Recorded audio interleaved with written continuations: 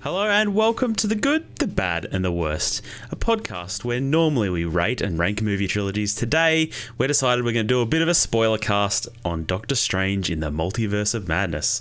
I'm your host, Griner, and joining me today... It's Dr. Luke Morgan, and this time it's going to take more than killing me to kill me.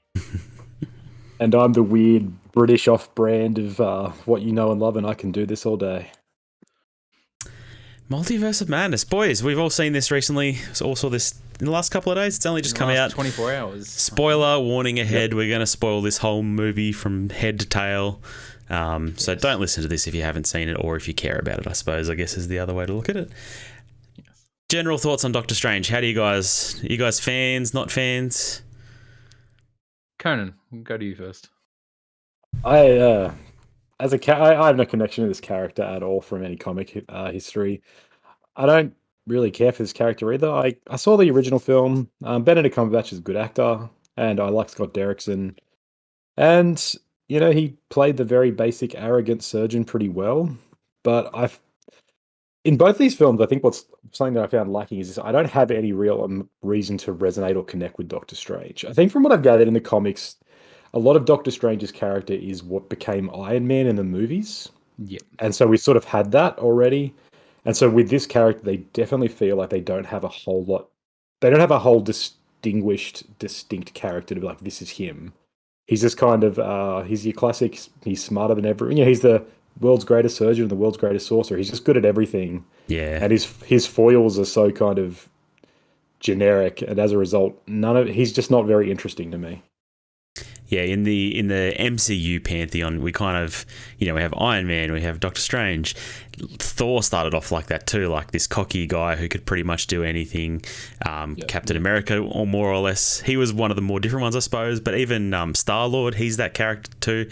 Like, it feels like all these characters are just carbon clones, and I feel like Thor is the big one where they're like, we have to change this. Taika Waititi came in and really made him a fun character to follow along with. I don't feel like anyone's taken Doctor Strange in a direction that I get excited about. Luke? So like I'm a Cumberbitch. I'm a big Benedict Cumberbatch fan. Have been for years. Yeah. And I was really excited for the first one, like knowing that he was going to be the protagonist, and you had Mads Mikkelsen as the villain. I love him as well, and I really just thought that film was unique just in its style. Like, it went very trippy and everything, while before that we hadn't really, you know, gotten into any of that sort of stuff. So I really enjoyed the first film. This one I was excited for, and like I like Doctor Strange. I like he definitely does basically play Iron Man, you know, and even, you know, Iron Man dies, and then the next Spider-Man, we have Doctor Strange there as like this mentor to give this speech to Peter. But it was fun to see, like, you know, Doctor Strange and Iron Man interact in Infinity War, like, and I like the trippiness of these movies, and especially like this movie, like Multiverse of Madness. Man, they just let Sam Raimi go nuts. So, it was. I like Doctor Strange, and especially watching the What If show recently on Marvel. There's a whole episode basically dedicated to Doctor Strange, which I found really interesting and goes into a lot of what is in this movie as well, in a certain reality. And it was interesting to see that side of him and how he can really, just like that, turn into not a good guy. And, you know, basically his ego or his selfishness could cost that person's whole universe, basically. So, yeah, I like him. I'm okay with him being the father figure for the Avengers now that Iron Man's gone. Yeah. Like, I'm okay with him filling that role, but I still don't have any connection to him as it. Like, I don't. Even Tony Stark, I felt more connected to as a character. Like, you did get to see Tony Stark's vulnerable moments, where I don't feel like, even in this movie where he's whining about not being happy, not getting the girl at the end of the day. It's like, I don't know, it just feels, I don't know, it doesn't feel earned. It really doesn't. Hey, his whole pining for Christine's kind of strange. Yeah. Pardon the pun. Where we're very much supposed to believe that this is the love of his life, and it's like, this is almost like meant to be a Tony Pepper dynamic. Yep. It's like, we've seen her in one film, and their chemistry wasn't great in the original. There's no reasons. Sure. I didn't dislike her in the first film, but she wasn't. I don't remember her being a big part of the first film. Yeah, like, can you name any single thing she does in the first film? Besides, is the love interest? She is his love interest. There we go. There's something in a janitor's closet with them. She does operations and stuff like that. Yes, that's But so wrong. I don't know. I think maybe there's a part of me that relates to Doctor Strange just because, like, I dabbled in magic and being a magician when I was younger. So maybe it's just that. Who knows? I don't know. He did have that stint as a world-renowned surgeon too. Yeah, but before you killed all those patients. That's why you're hiding out in country town. Anyway, I think Feige definitely, he made it clear that he wants, they kind of intended Doctor Strange to become the new Iron Man, and you feel that role, right? The older Avenger, because the others are all dead, and you've got these up-and-coming young ones. You've got Tom Holland, who's making big waves. You've got, I don't know how to pronounce his name, but Xochitl Gomez. She plays America Chavez. I'm not sure, how to pronounce. Anyway, so I'll butcher that a lot. But you've obviously got her, who's, they're hinting at making a young Avengers team with these second-generation characters. And I'm okay with the theory of having Benedict Cumberbatch as the new Iron Man. I just really they don't have him as the anchor yet. They really don't have enough of a, I don't know, they just haven't fleshed him out enough, or I don't think they have it well-rounded to really make him significant enough in my mind. do you feel like that improved in this film? Because for me, the pacing of this film is like, this film moves, and there's not a lot of time in between to get those character moments that you probably need to feel like he grows. Like, you get a few here and there, and I don't think they're poorly done overall. And I liked him in this movie as a character. Like, him trying to not succumb to the dark side, I suppose. But it all felt in the end like he kind of did get to go to the dark side and have his cake too. Kind of like, there was no real, the whole crux is, he shouldn't use the bad book. I can't even remember what it was called. And he gets the third eye, but it doesn't seem to worry him, right? Like, he just closes it. Especially not the mid-credit scene. It's just like, I've got a third eye, cool. There's the character's weird because this movie's got such a problematic sort of construction and past, right? It was meant to be done before WandaVision, then it was meant to be before Spider-Man, and now it's after. And it's like, any evidence or any trace of what this character was meant to be has just become so butchered and sort of placed like after the fact that I don't think you really can make much of a character, because it's like, well, now this is what he's dealing with. And so, okay, there's two other films that were supposed to be before this. So, and in the movie, it doesn't bother me too much. It does make me question the future of the MCU, where they're like, look, it's Doctor Strange, everybody. And I personally will not be invested in him whatsoever. See, just a little tidbit that I found interesting. Obviously, he refers to Spider-Man in this, but obviously he doesn't know Peter Parker, because that was the spell at the end. I had a moment where I was like, oh, he remembers the whole thing with Spider-Man. And I was like, oh, well, he just knows Spider-Man as the mask dude. He wouldn't know who's underneath the mask, I guess, in his memory after that spell. But yeah, interesting. I forgot that this was meant to come out before those other films and TV shows, but because it's been delayed quite a bit. Yeah, a lot of problems. And it's kind of funny just because it's been so long since the first Doctor Strange that, like, Doctor Strange 1 finishes with like, ooh, the next bad is Mordo. And then it's like, nah, we got way more important shit now. Sorry, Mordo. Your vengeance killing spree on all the magicians is gone now because you're not that important. If that feels a bit small town for what we're up against now, doesn't it?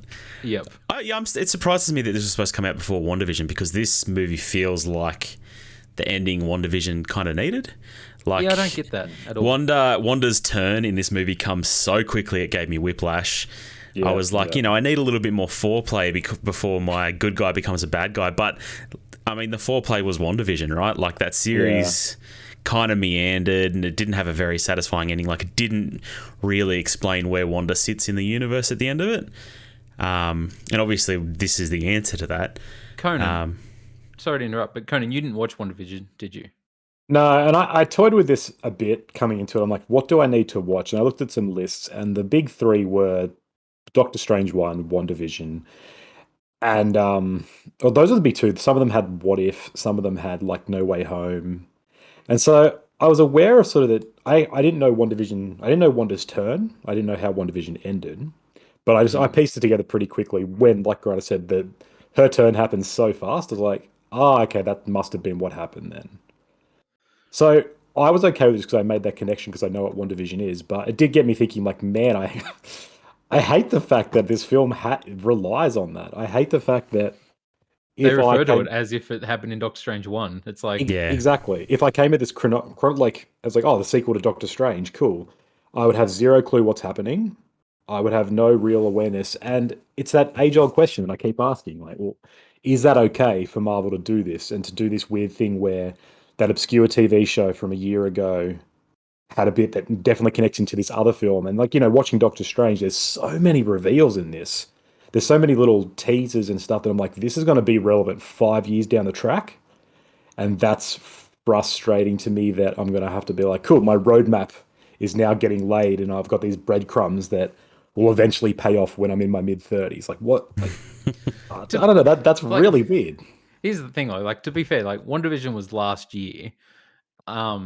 Like, Yeah. its post-credit scene was the first trailer for Doctor Strange Multiverse of Madness. And honestly, they're 23-minute episodes. It takes you like 3 hours to watch all of those The last few are like 45. 40. Yeah, the last two are like that. But still, it takes you like 3 hours to watch them. It's not that much of a commitment. No, And I looked this up. It's But like 6 or 7 hours. I don't think it's worth it though. Like I don't. That series is okay, but it really doesn't. It doesn't go as far as it should. Like it always feels like it's holding back, and you've got those first like 2 or 3 episodes where they're imitating TV that isn't on anymore because people don't enjoy that kind of TV anymore. And it's okay to imitate that a bit, but you've got to understand that people don't want to sit there and watch a 23-minute episode of a black and white sitcom from the 50s. Like, people don't watch that anymore for a reason. Yeah. And you're making one and making it kind of faithfully and not, there's a few winks at the camera, but overall it's very it feels very dated. Yeah. This segues well. Can I ask you guys what your experience was seeing this? So you guys saw it today, right? Yep. Yes. Both together. I assume you shared some popcorn. No, there's a whole thing, but we were there. We were there near each other. I was like 1 meter away from him. There was banter, but like hiding behind a hood, like, oh crap, Grind. I couldn't be seen with him in public. It's true.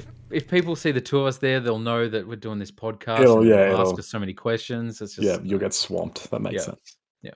All right. So, and what I think I came in at the end of your conversation before the pod. It wasn't a good experience. There was bad people in the cinema, or was it? What was the vibe? What was the energy like?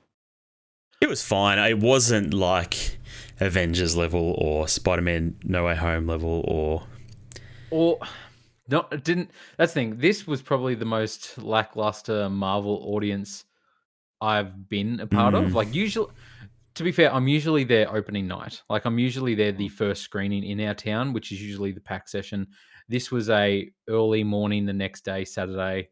Everyone's got hangovers in our town, probably. Like, people are bringing their kids into the cinema. Not that many people. There were babies there, like less than a year old. Which they won't understand this. They won't understand. Behaved quite well. But it just seemed like there's certain moments. I mean, we're spoiling it, so just like when certain characters show up for the first time ever, like Mr. Fantastic. Like, I felt like it was me and Griner reacting. Like, we gave each other a look, but that was it. And then, when you hear the X-Men, animated series '90s theme kick in for a second when Dr. Xavier comes on screen, we're fist pumping, but no one else seems to care. It was like there wasn't cheering. Like, it wasn't like seeing Toby show up and all this sort of stuff, or other things. But yeah, it could just be the conditions of that. What was it like for you, Conan? Yeah, so mine was.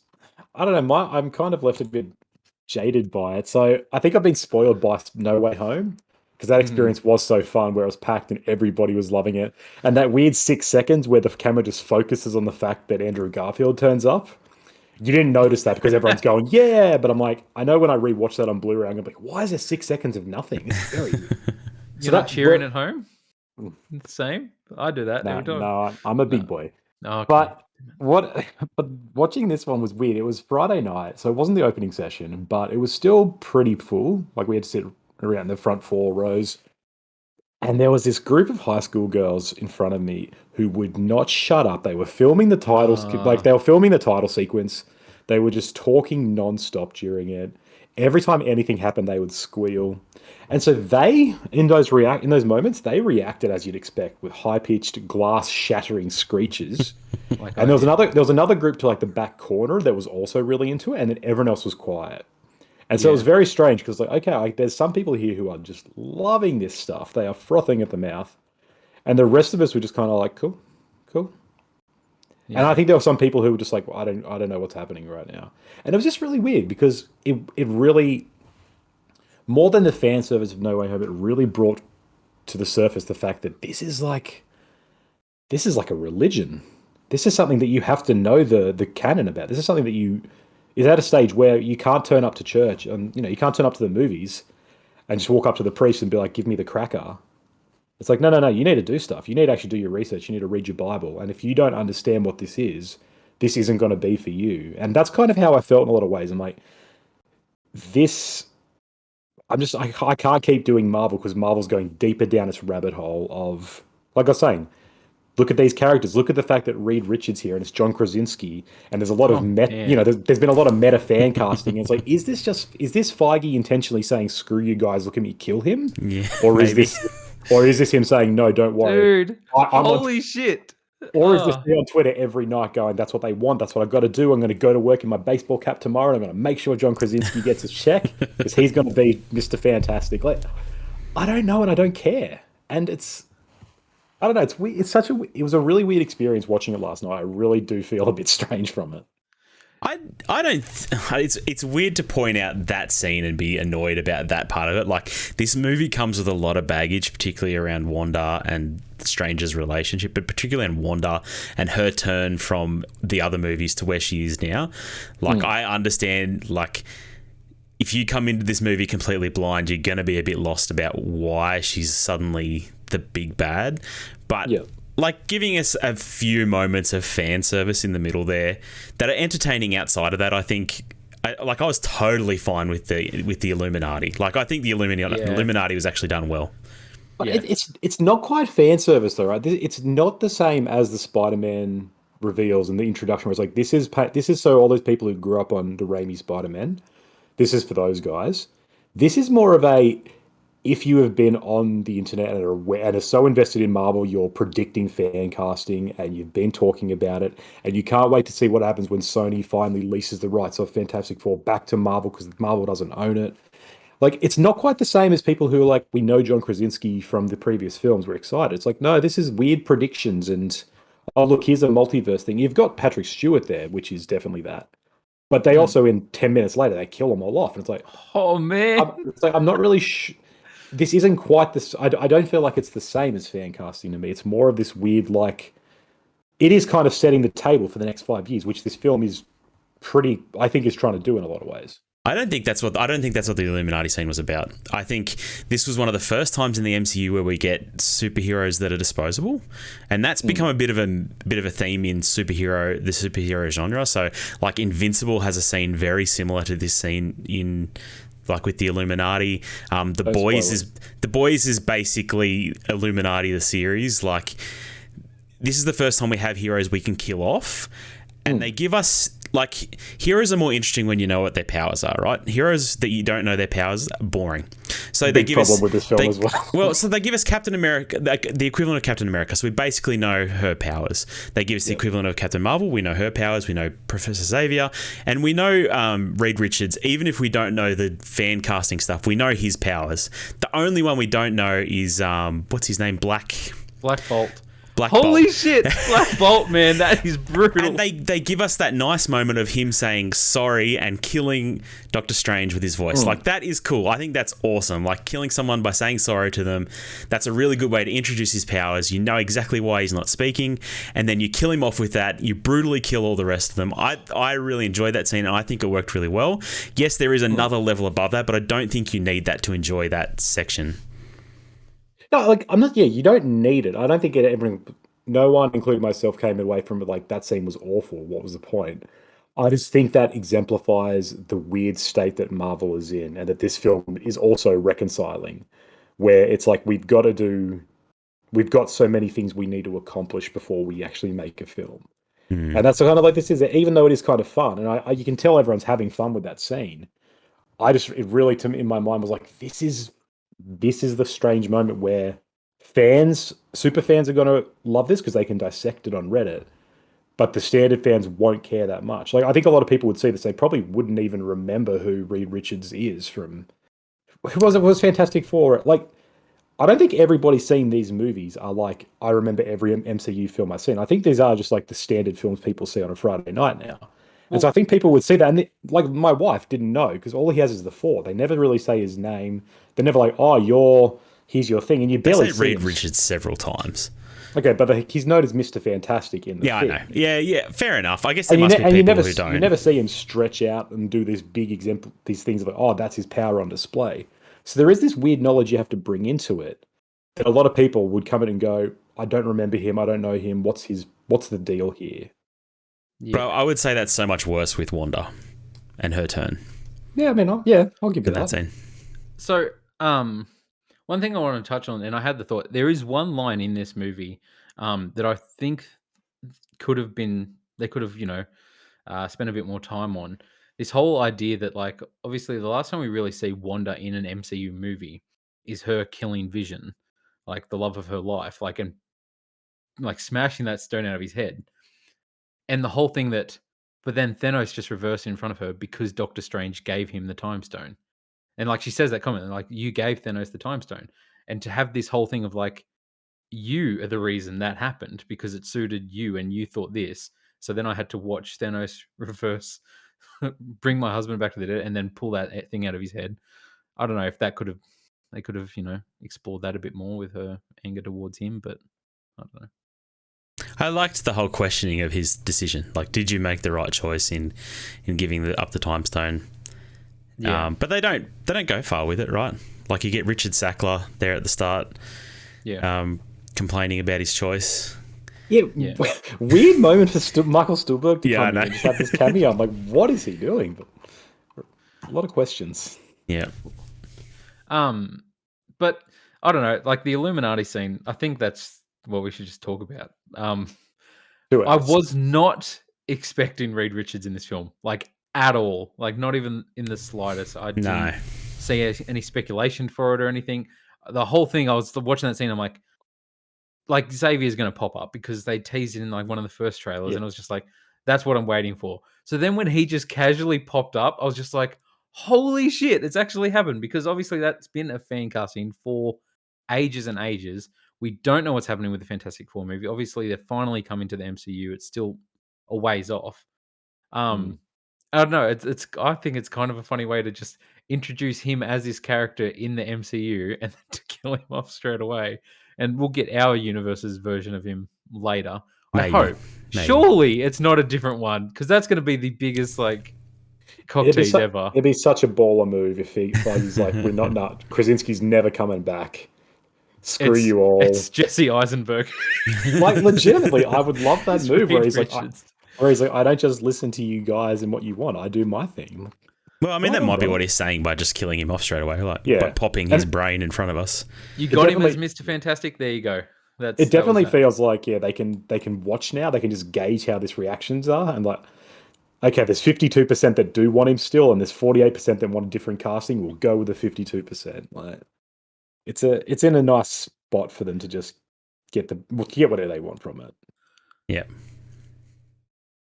I do just want to say as well, Conan, I feel like you keep saying strange to describe things, and I don't know if you've done 50 puns so far, or if it's just Hey, I'm sorry, the character's name is a pun, all right? I don't know what you want from true. What else? What more could you want? It is strange, that name. So how did the Raiminess of this film, like, opens with a wedding, you've got an octopus type guy climbing up a skyscraper, there's so many moments. It's just like, this feels so much like Spider-Man 1, 2, and 3. The little fisheye lens close up of people getting hurt, the crowd escaping the debris. Did you guys enjoy the Raiminess of this? I got giddy about it because, like, I'm not like a film expert. It's not like, I review movies for a living or anything like that. But like it's sort of something where this film, more than any other, like I can watch it and just be like, this is that director. Like this is Spider-Man. Like I felt like I was like, is this Spider-Man 4? Like, is this like we're gonna get Tobey Maguire and finally have this thing? Because just so many things, like the way he transitions from scene to scene, like the way Wong walks in like and just like the scene like fades as he walks into frame sort of thing and goes to the next shot. There's so many stuff where I was like, oh, that's a shot from Spider-Man 3 or that's a shot from this movie, and it's just I don't know. I really enjoyed that whole aspect of it. The projectile flying slowly at the eyeball, like it's been done a bajillion times in his film. Just like the very bizarre music battle. Oh, that's what I was. Oh my god! And it just kept going too. I was just like, "Oh, this is fantastic." I was thinking to myself, is Doctor Strange particularly musical? I can't even remember. I think he played piano because his hands are so skilled. But still, it was just I don't know. It felt like the dance scene from Spider-Man 3. Yeah, exactly. And of course, the kicker is the zombie in the air, and their hand bursting through. I'm like, this is this is where it all came from. Like that. I don't. Did you guys feel at all like? Did you feel like this film was 100% Raimi, or did you feel like the fingerprints of Derrickson before it and all the earlier versions were there as well? It felt like Raimi to me. It felt very Raimi all over it. It did to me too. I guess I'm more familiar with his. Like, I don't know the other directors of this film. But even if I hadn't known Raimi worked on this, I'd be like, this feels so much like Spider-Man. Like, there's so many moments. And then there's a lot of horror in this movie that's actually pretty good. Like, when Scarlet Witch crawls out of the gong and she's all twisted. Like, that's oh, man. That stuff's really, really well done. Yeah, my wife was really taken back by it. It was pretty funny. And she, like, scorches some dude and turns him into ash.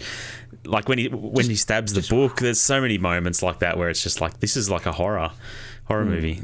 So many, like and like what you said about Whiplash, it really is like Wanda, this like character that like 4 movies ago is like, oh, I killed those people in that building accidentally. Like I'm a terrorist. I feel horrible.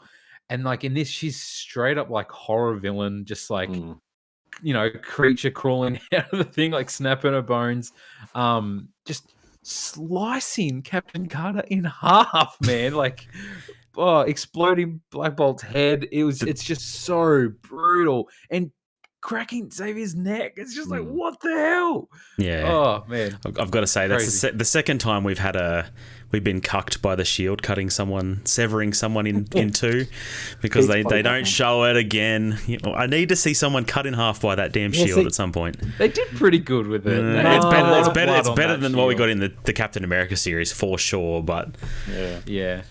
And that's kind of the problem. I feel like his hands are tied right to an extent because this is PG-13. There's like the scene where Wanda's like rampaging after everyone, and she's covered in blood, but it's oil from the Sentinels. Yeah. And I'm like, okay, yeah, there's nice little tricks there. It's like, this is how we get through that rating. We do that. We don't show actual gore. We just show bits and pieces. Like Raimi was talking, I read this interview with Rolling Stone, and he's talking about how he's like, he had complete creative freedom, except in all the ways that Marvel was like, this is what you need to follow and do. So he's like, I've got freedom within these parameters.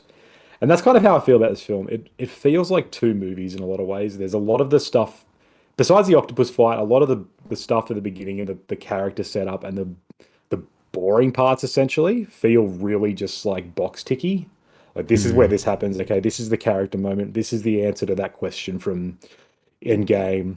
And then sort of pretty much the second half, they're like, just, it's a chase now. Get chasing. And Raimi's just like, here's this set piece where everything's white except this one cave. And here's this cool red cloud building. And here's a music battle. And here's this sick visuals. Yeah. And all that stuff's great. But I feel like it's constantly hampered by the fact that he's still got to make this thing. Because then I compare it to like Thor Ragnarok. And I think that's still the king of films in terms of that feels 100% like a Taika film. Yep. There's some action scenes in there that I was like, they need that, but everything else is just him being like, this is what I want from this. Whereas this felt much more divided to me, because like it was originally meant to go to Derrickson and they had stuff there, and then scripts were reworked and rehanded off to new people after Loki. That guy, what's his name? Michael Waldron got it, so he was given the script and he sort of did a new one from there. And so to me, it felt like they're like, this is this, and like he was writing it while they were still filming. Sam Raimi was directing. He's like, he didn't know how it was ending. I'm like, that's never a good sign for a film, I think. No.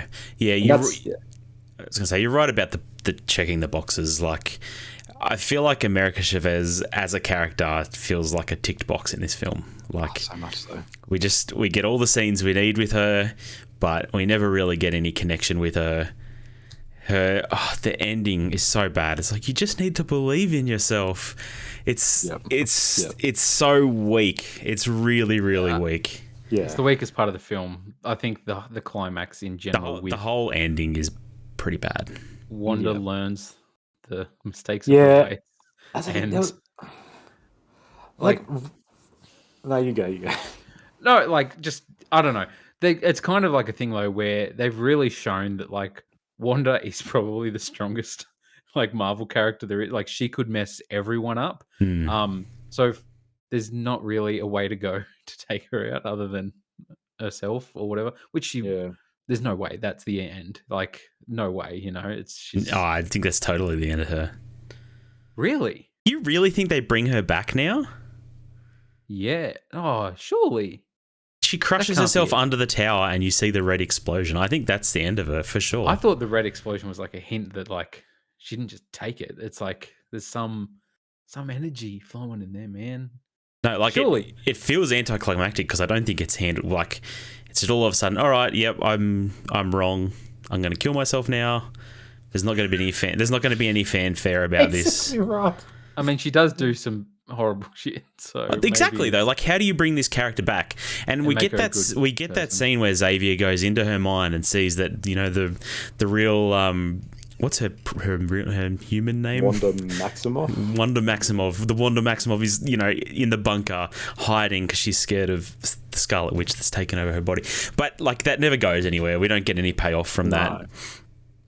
I don't even like. It never even feels like at the end like she's back in control. It still feels like the Scarlet Witch.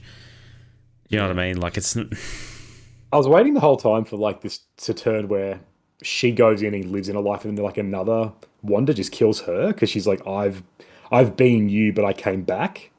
And there's like this interesting take there because that's kind of what they're toying at with Doctor Strange, right? The whole time he's like, you could go evil at any moment, and they keep playing in that like, you are gonna turn eventually. That's what you always do.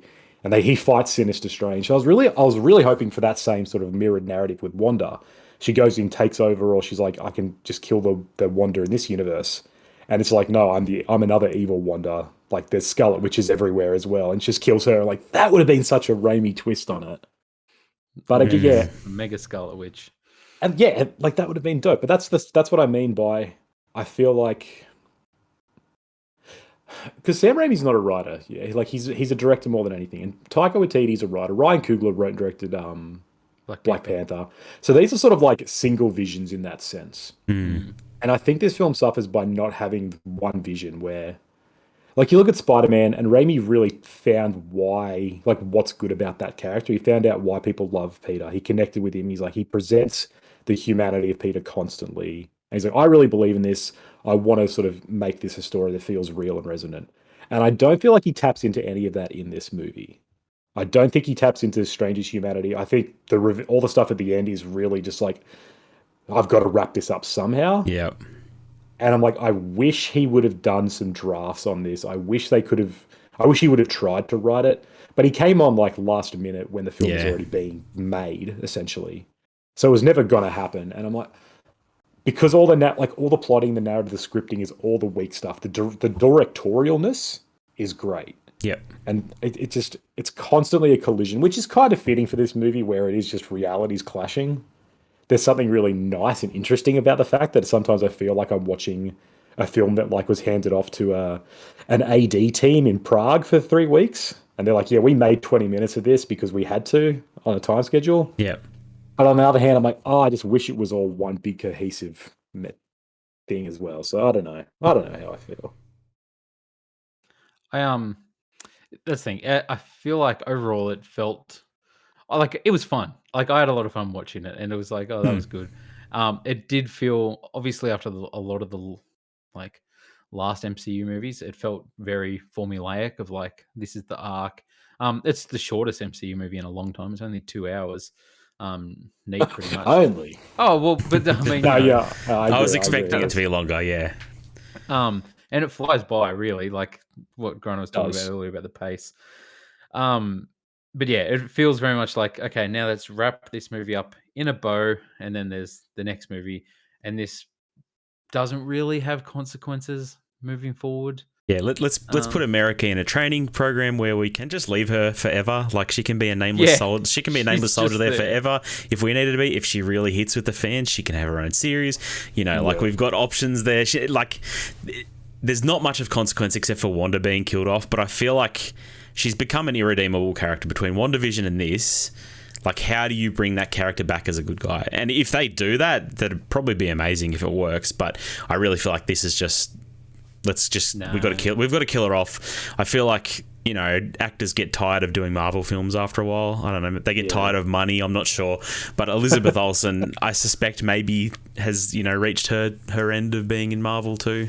Yeah. I don't know. I haven't read that, but yeah. I imagine, you would. It's like with all of them, when you're doing the same stuff for 10 years, like working on TV shows, people get over it really quickly.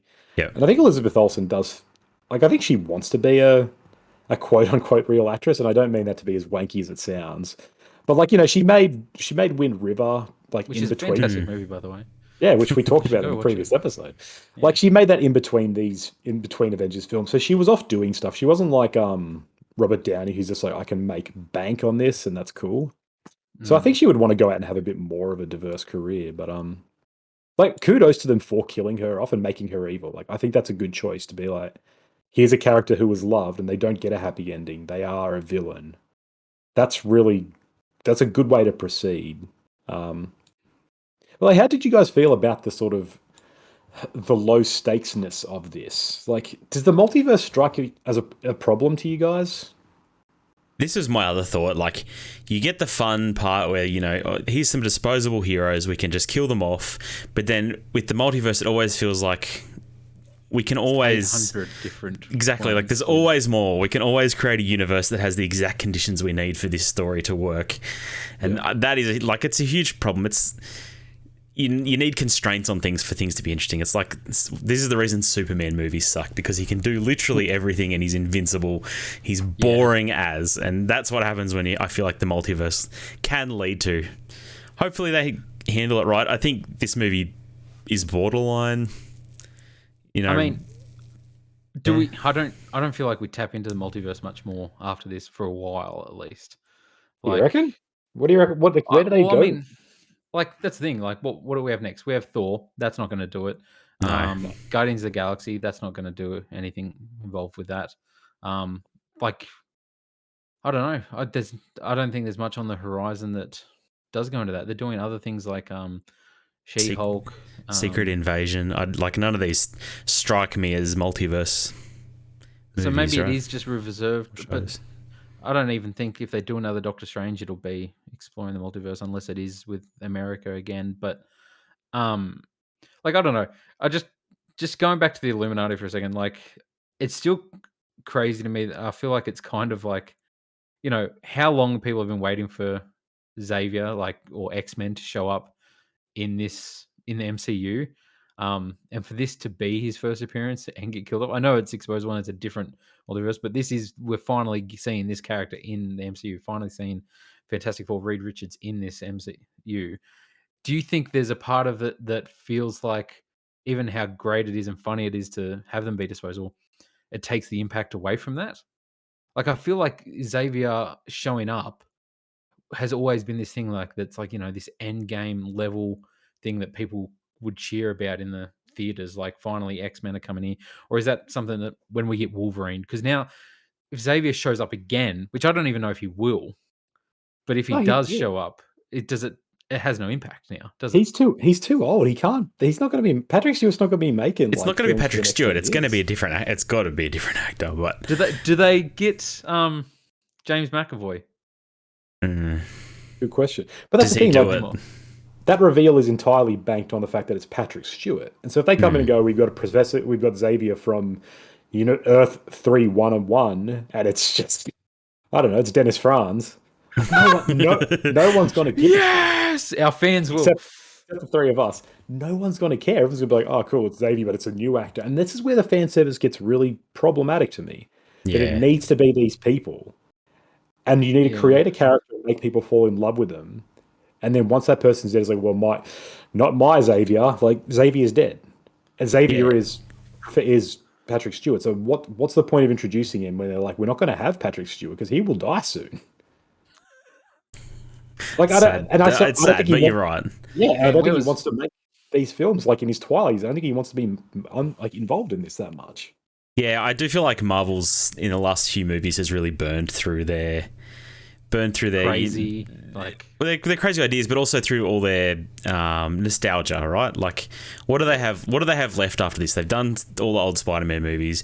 This is essentially X-Men. Like, you're never going to get Hugh Jackman back, so they're going to have to make something. Well, who knows? Disney has a lot of money, will be but the big thing. Like, they'll bring in Wolverine. Jackman won't. Hugh Jackman won't, and it's Hugh different. Jackman wants to. No, he said with Logan, he's like, I want to be done with the character. I'm out. Nah, Google it. Hugh Jackman has said he's gone back. Well, Hugh Jackman said he really wanted to interact with like Iron Man and stuff like that. And he said like Logan was this thing. No, but no, this was a couple of years ago. But he said like if he got the call, he would be up for it and he wanted to. I don't think they do Hugh Jackman, even though that would feel massive.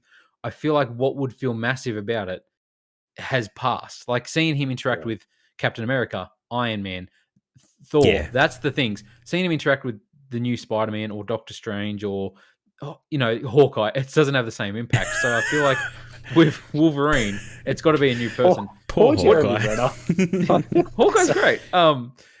Do you feel like there's a lot of the fan casting recently has been Daniel Radcliffe as Wolverine? How do you feel about that? What? Yeah. Okay. Like that seems like the big. Like if you were a betting person, it'd be Daniel Radcliffe as Wolverine. Apparently, like I don't mind Daniel Radcliffe, but he's not Wolverine. It's all the rad bitches. Yeah, I don't know. I do feel like Marvel has a bit of a problem where they haven't, because it's probably partly due to the pandemic and the lack of films over the last few years, but they haven't been able to build up a new team, right? Like we're still Doctor Strange and we're still Spider-Man. And what else have we got? Who else do we have that's still in that roster that we care about? I mean, I guess there's Thor and Guardians of the Galaxy, but I don't know. Do you guys feel like Thor's coming to an end soon? Thor's got to be. I feel like Chris Hemsworth has talked about, although he's been excited since Taika Waititi's been doing it, so maybe not. But so that's the thing. I feel like Thor has gotten a refresh, and I'd be keen for a Taika Waititi trilogy for that. Same. Guardians of the Galaxy's confirmed this is the last one. James Gunn's like, this is the last one we're doing of these characters. And that's that involvement, which I'm fine with as well. Like I think that arc has done its thing. So just having a look. So we've got Thor coming out this year, Black Panther next year. Obviously not with Chadwick Boseman. We're still not sure what they're planning to do with that. Aren't they handing it off to his sister? Or no, she's getting her own series. There's this Ironheart series, which is okay. Yeah, it's going to be about her. Yeah, I don't care how are they going to do that anyway. They should something with multiverse and getting Michael B. Jordan to come in as Black Panther. That's what we want. A lot of people are saying that he should be back. Killmonger was awesome. He was. He was, but that's such a kick in the face. The villain from that's like that is good Marvels. I mean, talk about abusing the multiverse. That would be another example of it, right? Yeah, that would be egregious. Wow. Guardians of the Galaxy Volume 3, Ant-Man and the Wasp. So I guess I don't know, what is Ant-Man? He never. I don't hate the Ant-Man movies. I think number 2 is pretty okay, and I think Paul Rudd's pretty funny, but Ant-Man in the other movies is like best Ant-Man. I feel like. Yeah. Like him in Civil War is awesome. He's better as a side character, not as a protagonist. Fantastic Four movie, which obviously has lost its John Watts recently as the director. We got Blade with Mahershala Ali coming, and that's all for movies announced. And then there's a bunch of TV shows, obviously. I think with that's this is the problem. Like, there's this ghost hanging around that is the old Avengers, and they have to build it. And I think that's what they're doing with this. Like, so America Chavez, her roles are in things like Young Avengers, right? And I think what they kind of it looks like what they're doing with her and with Tom Holland, they are building a youthful sort of the next generation Hmm. of these heroes because they did it once, so they're going to try to do it again. And because that's how Marvel seems to work. You build to these big events. Like I think the Well, past couple of years have shown you can't just keep doing standalone stuff because it's not really that no, great. and like obviously now they've got all the TV shows spinning off, but all of those TV shows seem to point you to like the replacements. Like Hawkeye was very much Hawkeye training, Yeah, um, that's the other one. Yeah, you know, Haley and Steinfeld. yeah, and her to take over that role. You've got She-Hulk, which will obviously take over the role of the Hulk in that Yeah. outfit. Um, you got Blade, like everyone will fit in and replace those characters. But I don't know. Like I think obviously we've probably seen the peak of the MCU because I don't think this next phase it won't be Infinity War level or anything like that. It's going to be all around the multiverse because that's what Loki hinted at with its ending. That's what I mean by I think every movie is going to be to do with the multiverse because this is kind of the thing that they've written themselves in a corner almost, Yeah. where they have to try to make these big things, but there's at least for me, I'm always going to be like, but none of this matters because if you just kill them off, you bring them back from World 2 and then from World 3. So they're going to have to keep being like, no, but these are the new huge team that's multiverse involved, and here's why they can't come back and they're distinct now. And this Hmm. isn't like I think the multiverse is going to affect everything so much more because it's always going to be it's a doorway for cameos, and you can always just have any cameo from anyone now and be like, Yeah. hey, multiverse crossover, that's cool. And it's got to be a weird thing for the narrative where they need to make Avengers, but they can't have the Avengers, so they need to make New World Avengers, and it's such a strange Do place. do we get another Avengers movie ever again? As in, like, not obviously not for the rest of time till the Earth blows up, but like, just I like obviously I don't think there'll be a new Avengers or anything like that. You don't reckon they'll do Young Avengers? Maybe, but it's a ways off. Like, I think their main flagship moving forward will be another Spider-Man trilogy. Now that basically we've had Peter's origin story, we've had him have the great responsibility speech, and now he's in New York in a dodgy apartment. We can get weird with that trilogy and have him with, Bring back Raimi. like, man, Do it. what Do it what a again. what an arc. Bring it back in the new Spider-Man 3, he goes emo again. It's like, oh no, he What hasn't else? learned. He's dancing again. Time is a What's going flat on? circle. Yep. Yeah, I don't know. I don't know if we get it. I don't know. It's so hard. I really don't know how they balance the multiverse. You're right, Conan. And I mean, they've been doing it in comics forever, but comics work so well to just do one-off things and stuff like that. I don't know how they do that in movies, and I guess we'll see. But yeah, I think we get Young Avengers. I think they have to have their team up movie of some sort. I think that's. Yeah.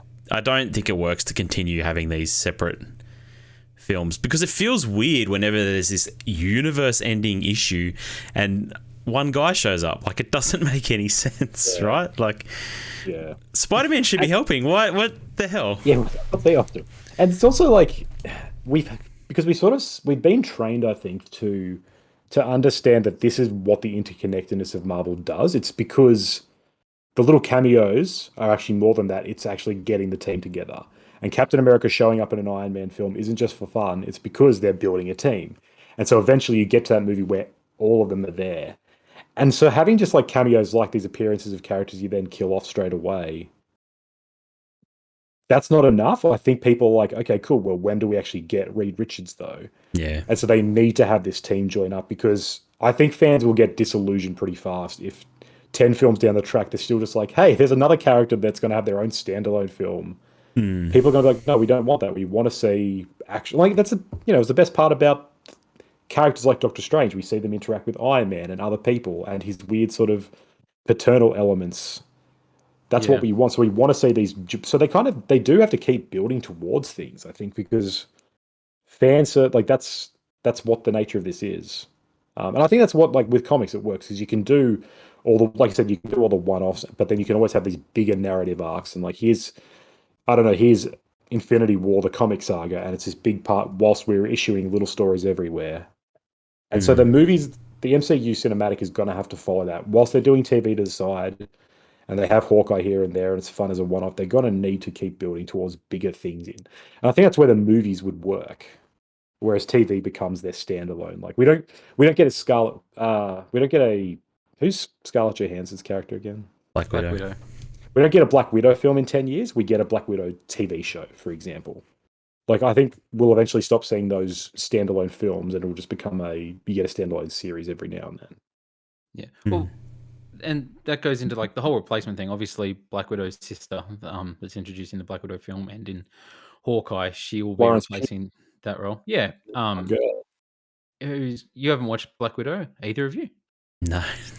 Who has? Oh man, it sets up the massive big bad for Phase 4. One thing I rewatched before this. I was like, I better see Black Widow because it's good. I'm very surprised nothing from Loki came into this. Like Loki's ending was very much about the multiverse and who everyone is assuming is the big bad for the next phase, which is Kang the Conqueror. And like I was like the post-credit scene, I was expecting that, and it was just Charlize Theron, and I was like, oh, okay, yeah. So who's apparently Dormammu's niece. And who is Dormammu? The guy in the first Doctor Strange, the bad Doctor guy. Strange bargains Dormammu, with. I've come to bargain. Oh, that guy. Yeah, cool. Yeah. Charlize Theron's his niece. Who knew? So speaking of post-credit scenes, do you guys feel like the post-credit scenes have worn out their welcome? I feel like they've gotten just gradually worse and worse. Conan, did you watch both? Yeah, I saw both. No, so the true post-credit scene was with Bruce Campbell saying it's finally over. I was like, breaking the fourth wall. I was actually okay with that one, but like, I was like that. I legitimately was like, I'm glad I waited. That saved the film because that's almost like this little nod. It's like, oh, thank God that movie's done. Like Sam the Captain America, in like training video thing where he's like about patience, where he like sits in his chair. Like, yeah. But yeah, the mid-credit thing. I'm not. Grana had a better idea for the mid post credit scene that Doctor Strange would be walking down the street and wink at somebody with his third eye. I was like, that would have been great. I was expecting that for some reason, but I didn't get it. I just feel like they've been like Spider-Man No Way Home. It's post credit and mid credit scenes. Like the post credit scene was just a trailer for this movie. Yeah, like they were pretty bad. Well, that's right. I hate that. Doing post-credit trailers is really stupid. I really don't like. You guys didn't watch Eternals yet, have you? No. So the post-credit scene of that, it's foreshadowing Blade. Or yeah, one of them is. One of them, sorry, Blade, and the other one introduced Thanos' brother, which is played by Harry Styles. What? Yeah. Thanos' brother, Harry Styles, who looks like Harry Styles. He's not purple or anything. Are you being legit? Josh Brolin's brother is Harry Styles. Yes, I think his name's Starlight or something. Or no, what is it? Eros. Yeah. It's a really weird post-credit scene because there's like some weird little goblin creature that's all drunk that's played by Patton Oswalt, and it's like, da da da da, here he is, and like someone's walking down the hall, and I remember everyone being like, what? And then Harry Styles is there and he's like, yeah, I'm Thanos' brother, let's go for an adventure. I was like, what? So who knows what's going on with Eternals? We'll probably never see one of those films again because I don't think it did too well compared to all the other films. But no, but yeah, it sets up Blade and is it Black Knight or something that Jon Snow's playing, which is just a dude with a sword. He doesn't have powers. Man, he's really got a type, doesn't he? I'm excited I'm excited to get to a point where eventually there's just no more actors that Marvel can cast in these films, and they're just like, no one's famous anymore. Because John Krasinski was one that I've seen come up a few times, but it's like he's one of the big movie stars that hasn't taken a Marvel role yet, and people were speculating, oh, when will it happen? And the other one's Tom Cruise, and there was that rumor going around that Tom Cruise was going to show up as Iron Man. As alternate universe Iron Man. Oh man, that would have been awesome, man. It would have been really cool, but Tom Cruise is kind of like, he's an old school movie star. I don't think he'll do it. But there's that question of like, when will enough money be enough, and he'll do it, right? He'll bite the bullet and he'll dip his toes in. So Tom Cruise is a weird one because like you hear the stories of him getting involved in Tropic Thunder, and like he'll only do it if he can like be really swear a lot. Like that was the only reason he agreed to do it. And like I feel like he's rich enough and stuff that I don't know, what amount of money could you pay Tom Cruise to do this? I feel like he's doing the stuff that makes him look good, not these little bit parts. And that's why I don't think he'll ever turn up in this, because they're never going to be like, yes, you can have an R-rated scene. It's like, no, you do what Marvel does, and he doesn't want to do Marvel. He wants to do Tom Cruise. See, my favorite stuff, like, I love the cameo of Brad Pitt in Deadpool, where he's the invisible dude that just you don't know is him until he gets electrocuted and dies. Yeah, like, man, when are we going to get a Brad Pitt cameo in the Marvel universe? That'd be dope. But we still have Deadpool. Deadpool's now can be part of the MCU as well. Yeah, obviously that's going to dip into multiverse. He can't, but he won't, because Deadpool's an R-18 character. But they've signed, like, they're 100% going to do a Deadpool movie. And what if they will, but it'll be like 100% not related to. It might be part of the multiverse too. They might have used the multiverse for that too. Like, it's confirmed it's Ryan Reynolds. Does that worry you though? Because then it won't be R-18. It'll be PG-13. So he won't be swearing. He won't be cutting dudes in half. It's the same. It's my concern with bringing back. Do you not think they would do an R-rated one? Not the MCU, dude. The MCU is Disney family safe. Like, no way. No, I think they do Deadpool. It's not like it's MCU adjacent. It's a bit like the Stars channel on Disney Plus, right? Like, yeah. So it's like, but is that even an MCU film? No, so you don't have Deadpool in their MCU. No, I don't think so. Just as a Marvel movie. I don't think they can. I don't know. Conan's right. Like, this has got to be all family friendly, and because it's all so interrelated, you can't have this one movie that half the audience can't go see. Yeah, because it's the same with when they brought Daredevil in, or now that they've got Daredevil confirmed by having Vincent D'Onofrio. Daredevil, yeah. But like the Vincent D'Onofrio playing Wilson Fisk in Hawkeye, there's no blood. Like, he's much more toned down. He is not the savage who literally bludgeons a guy's head off He's from not the Netflix. a dude's head with a car door. No, exactly. None of that's happening. So this is going to be they're probably going to do it. And Disney was like, we won't tone down the violence from the Netflix show when we bring it back over to Disney Plus. But they're not going to make a proper violent Daredevil, so it's going to be a really different beast. And that's going to suck. Unless they do use that as some, there's an R-rated skew of like the MCU or something, and they have Daredevil and they have I don't think Deadpool. There's anything stopping them from doing an R-rated MCU movie. Like, it totally is. Deadpool was the most successful R-rated movie of all time. But why wasn't Multiverse of Madness a proper horror film then? Like, why haven't any of the Marvel films been more than PG-13 though? It's not just because they don't have to be. Like, there's a reason they make these movies. It's because kids can see them. I don't know, but yeah. Because think about this then: an R-rated Deadpool film's there. They introduce a pivotal little piece that comes up and plays in Doctor Strange 4. And Joey from down the street, 12-year-old Joey down the street comes and sees it. He's like, I didn't see that film because I couldn't go. What's happening? And he's on Twitter. He's raging. Kevin Feige's stressing out because one kid didn't like his movie. He takes his hat off and he punches through it and he just throws it down.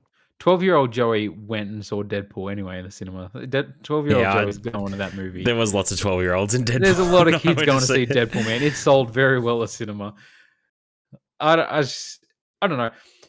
I feel like you could still do Deadpool at MA15. And I think they could do that. The problem is the US ratings are very different to the Australian ones. Like, you go from PG-13 to R, which is kind of similar to our MA.